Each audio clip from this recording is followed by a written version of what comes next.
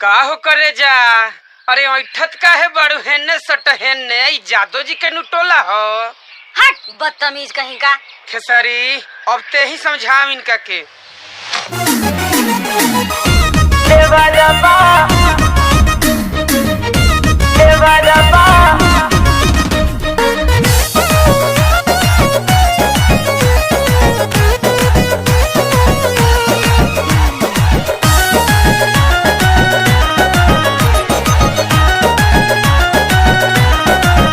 सैया चल गईला छोड़ी के और बहो कुछ होई तो हम का करब हो। ए हो सैया चल गईला छोड़ी के और बहो कुछ होई तो हम का करब हो। मन करता तो के शराबी हो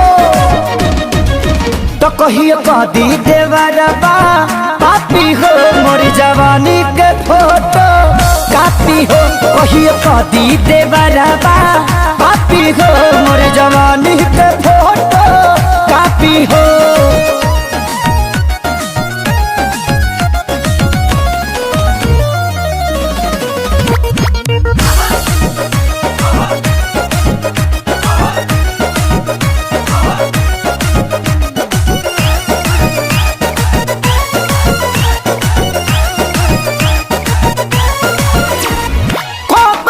धन पुराय करा हवाले का कोई नजर ये कहाँ कहाँ डाले।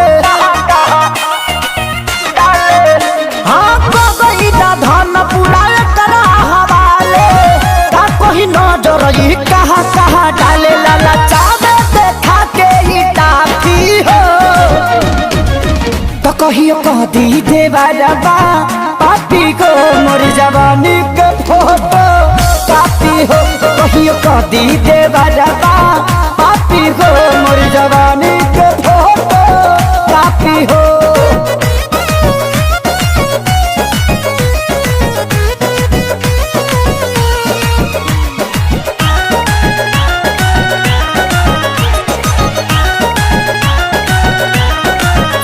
अरे पूछे आशीष कमाई हमर बारी आफत में डलल बड़े हमके खेसारी हाँ हाँ पूछे सोनू कमाई हमर बारी आफत में डलल नीली कमल खेसारी के गलती कुंदन मांगे माफी हो तो कहियो कदी देवरबा पापी को।